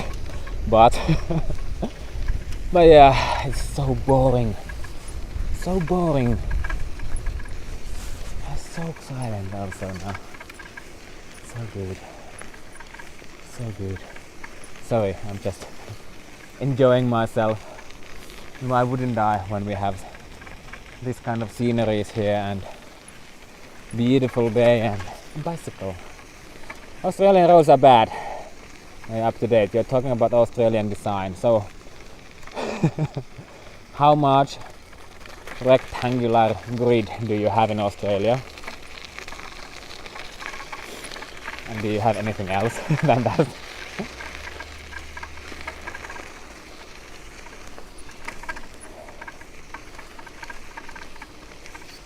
Let's go see how this one looks like. They've already added some sand here because there's a little bit of melt coming from that snowbank on the left. And this is poor design, as there's all the water is melting, or all the snow is melting and the water is flowing over the bike path. Let's go see that counter. So we just passed a counter display which has now currently 868 bicycles. It's counting all the traffic coming from this bridge. Look at the sceneries. Let's make a U-turn. So this bridge was built in 1984, just for people walking and cycling. And the counting hardware is here where the bridge ends. It's right here. You see the small pole over there? And then there is an induction loop in here. So we can differentiate between the optical sensor and the induction loop. We can differentiate between people walking and cycling. So, back to Australian design. It's really boring. Suburbs are just long strips of pavement wedged between roads and private property. No. It's mostly grids except for old towns. Yeah, I wouldn't want to live there. So, there's the counter.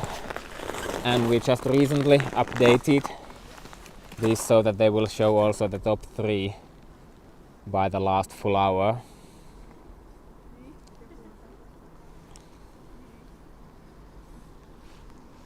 See? So it has a small delay when that person is passing the point over there somewhere in the distance. And now it will take a couple of seconds until it's updated. 871. There we go. And the top 3 now, Linnabana, it's this one, 705, it's 45 minutes ago, and some others. Soon it's going to be 872. So peaceful, so quiet. I like it here.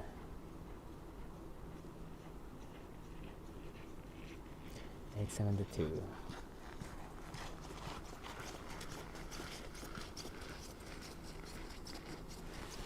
Right, so then let's go see yet one more thing.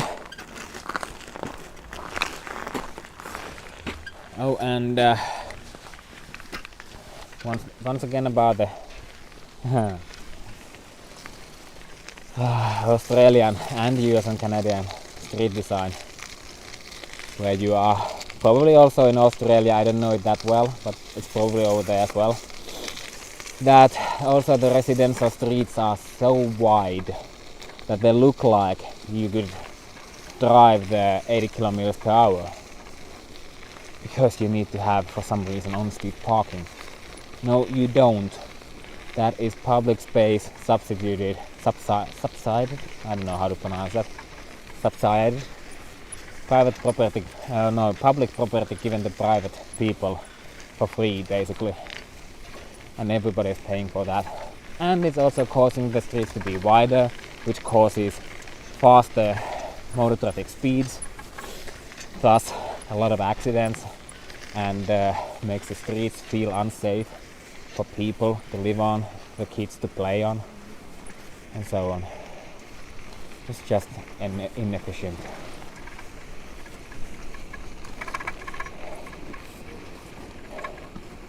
So like Patrick's saying, yeah, the leaderboard is nice and it gives a gamification element.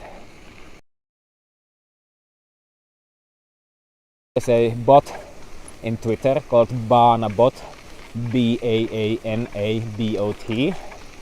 where you can follow the top 5. Like every hour, it's tweeting the top 5 of the bicycle counters every hour. Subsidized. Yes. Unbelievably wide and soft curved. Yeah. Whereas residential streets should be like 20 kilometers per hour. Maximum 30 kilometers per hour. And most of them should not be through drive for motor vehicles, but dead ends or cul-de-sacs and so on, in my opinion. But they shouldn't be dead ends, at least many of them shouldn't be dead ends for people walking and cycling, so that you would always have a shorter distance to places you want to go when you're walking or cycling.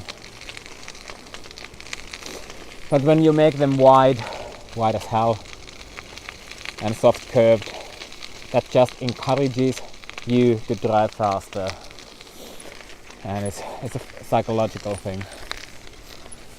Indeed it is. So when your streets look like airport runaways, you are also really probable to go places with. It's just so beautiful here with the sunshine and the river delta. So this is where one of the branches of Oulujoki river reaches the sea. It's just past a hydroelectric dam owned by the city. And there's oftentimes people fishing here, and you can see all of the boats over there. Again, this is now not totally perfect condition. Well, it's totally rideable. It's Combat Wombat is saying that after they watched one of my live streams, they drove through their suburb with fresh eyes. Lol. So much could be changed, indeed. And even in existing suburb, or even existing hellhole suburbia, especially when it's grid all over, it is actually quite easy to change. I didn't even try to draw it here. Let's see. Let's leave the bike over there. Let's see if it's possible to draw. Do some city planning here. So let's make it, it's too hard. Let's make a grid here. I don't know if you can see the grid now, doesn't really work here. Anyway, there's a grid here with all of these 90-degree angles, just straight roads. Now, you can cut access like from here and from here and here, so that these are not accessible for through drive for motor traffic, but people with bikes and their own feet can still pass. So all of these streets become dead ends, so you can't use this entire area for through drive, and that's first of all, it makes the traffic volume slower and the traffic also slower, and creates a peaceful neighborhood, and also guides the traffic to certain like arterial roads. Yeah, the whiteboard is a bit not that good now. Maybe you can see something of that. Snow is such a good design element. Everybody probably knows about snack down, but you can use it really as a whiteboard.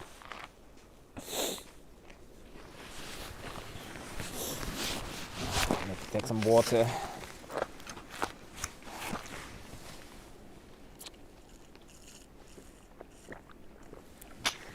Still not frozen.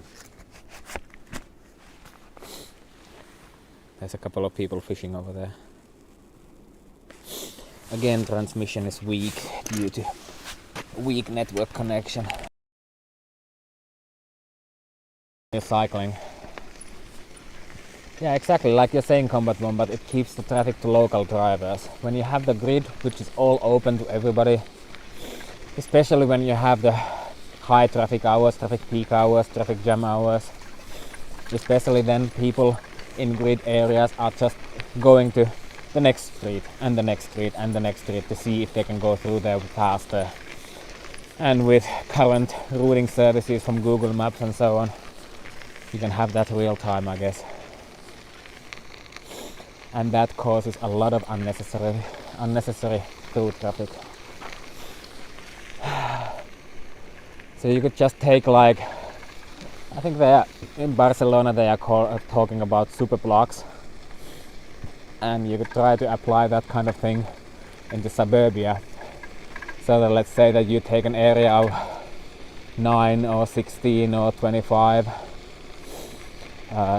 blocks of the suburban grid, and only make 1 or maximum 2 entry points from other roads to that area for motor traffic, but make every or almost every of those cut streets, make them accessible for people walking and cycling.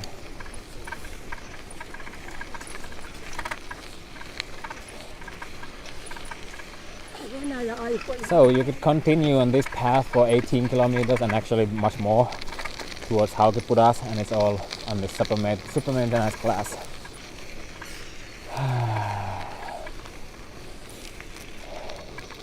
Freeze and thaw. Too bad. A couple of small ruts here and there. From what you've seen, what do you think?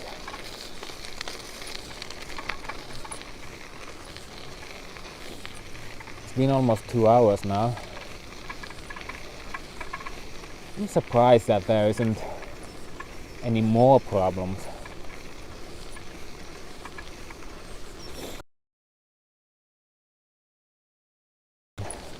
And I'm sure that many people wouldn't even call those problems. Again, I'm getting the message that transmission is unstable due to a weak network connection.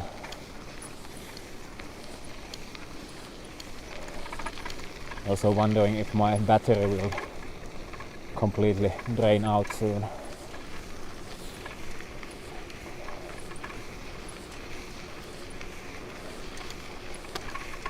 Haukipudas, route number 1, 18 kilometers. Well, let's see how far the battery will go. Oh, there's a little bit of ice here. And there are icicles hanging there from the bottom of this bridge. Look at that.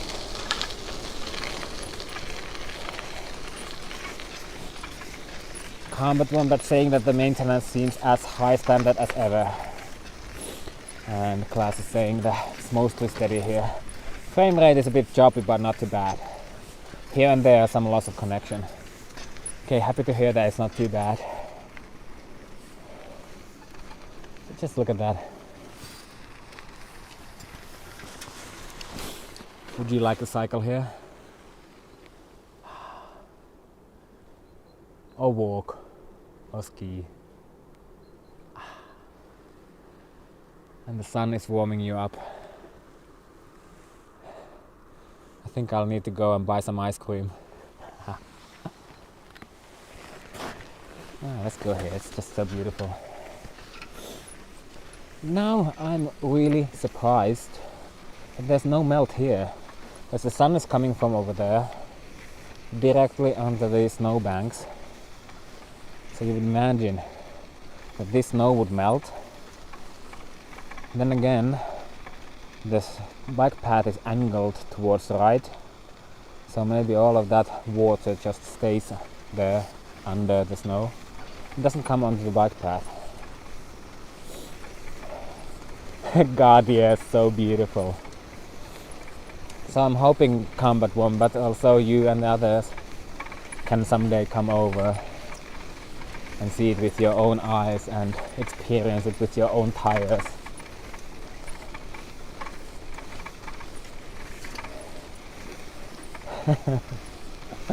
Laughing out loud because it.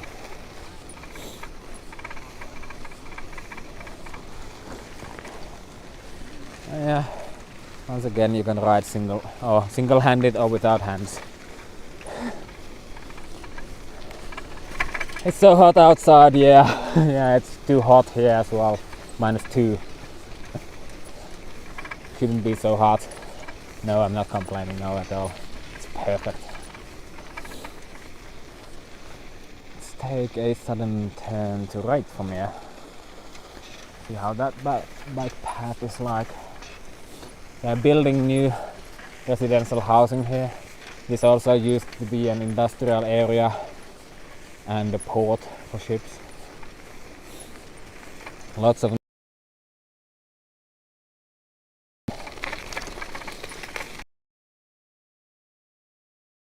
Finland, maybe, yeah. Indeed. Yeah. You know, Finnish weather here is good. Good for your skin, it's good for your looks and so on. As you know, you preserve really well when you spend half of your life in a freezer. I'm starting to remember ridden on this very path during any of my live streams.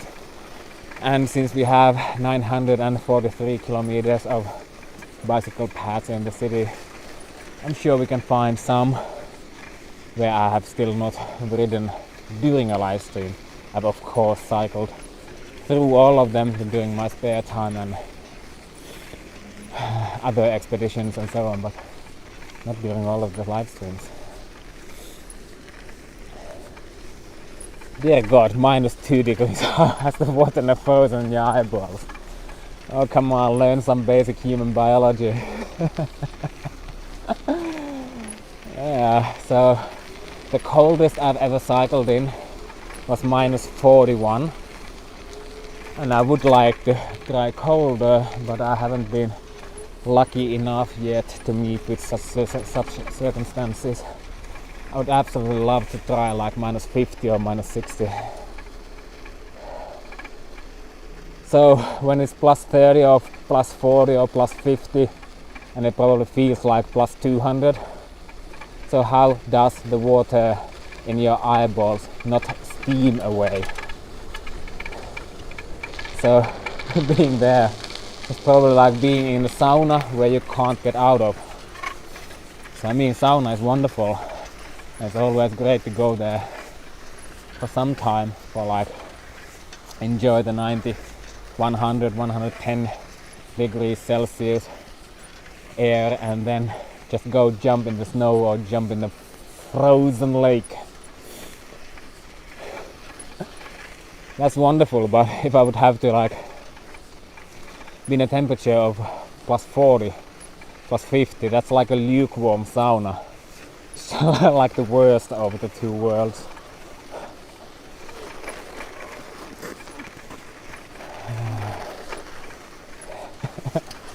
Oh my god, minus 41, that's basically Pluto. Almost, yeah, Pluto is probably like minus 270 or something. I'm from Finland, yeah, that's why the water in my eyeballs doesn't freeze. But you do know that the tears are salty. So even the human body is salting itself to not let it freeze. Not sure if that's exactly the reason.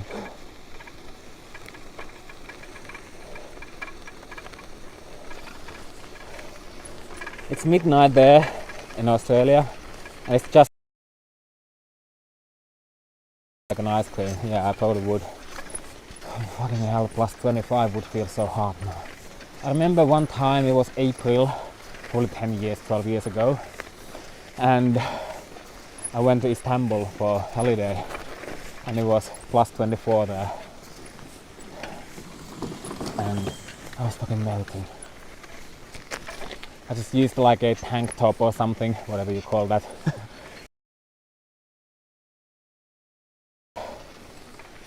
Shorts. And I was sweating my ass off. And all the locals were having their winter jackets on and so on. I guess you could.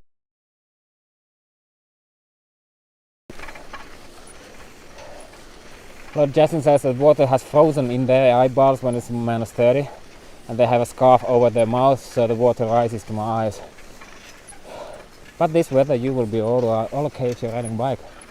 Exactly, so bicycle is a solution even to that. So when it's too cold for you to live or too cold for your eyes stay liquid, just ride a bike. Solves everything. I like that.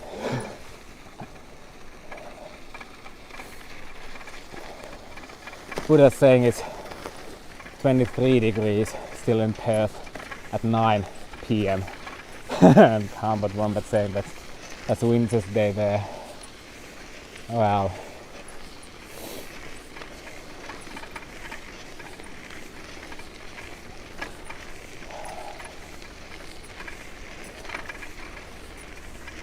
Let's go somewhere.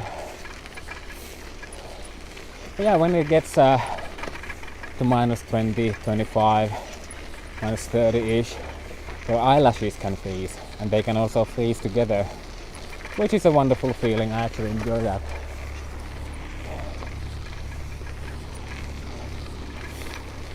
And my beard now, it isn't really frozen, just a bit.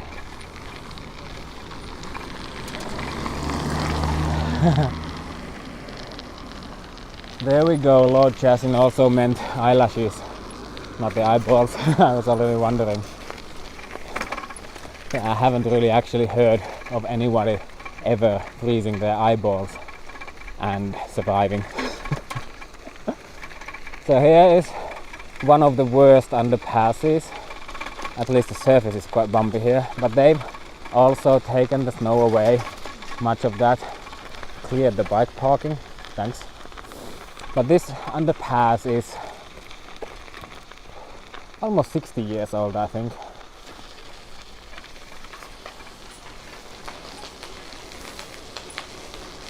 That still works good.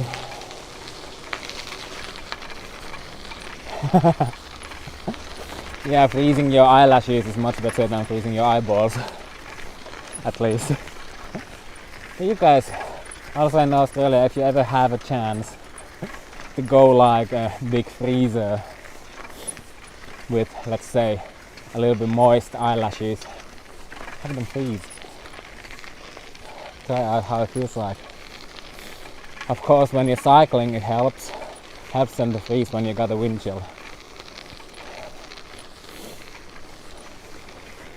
There's really a huge difference between this phone and my 1.5 years old Sony, which originally had a really good battery life, but it's depleted really fast.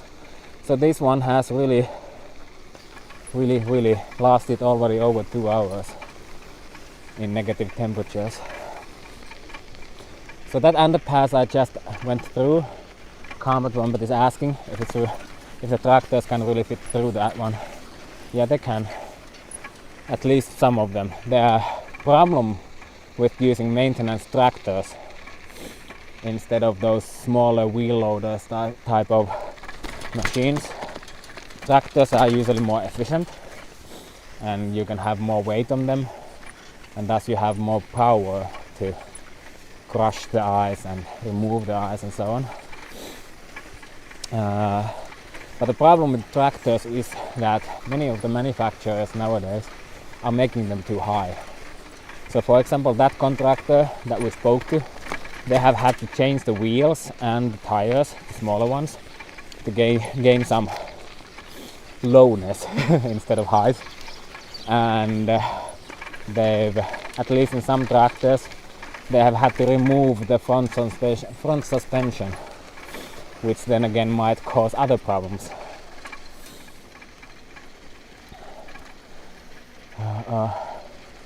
Let's go to left. So we're on a residential area, and this is a dead-end residential street for motor traffic, but not for cars. Then again, it's not physically prevented, it's just physically a bit discouraged for motor traffic to go through. As you can see, you can't really get anywhere reasonable if you're going through here by car. So this one now turns into a bike path. It's just a bit narrow here. I don't see any car tracks, so mostly I would guess it works. Even if you would go through, you could just access a couple of more residential buildings or streets, and that's about it. Oh, also I just got a warning saying that there's less than 5% of battery remaining. So if the stream dies before I reach my destination where I wanted to end the live stream to, I'm already thanking you for watching and hoping you can comment down below and subscribe if you haven't, and hoping to see you the next time. But before I'm ending the live stream, I'm still trying to get to this one water tower just a few hundred meters away. I don't know how fast the battery is draining, but we'll see. It'll be a race against battery. And we'll be going here under a local national highway. This underpass as well was built in the 60s. And the drainage was quite poor. It's a bit better now. And they also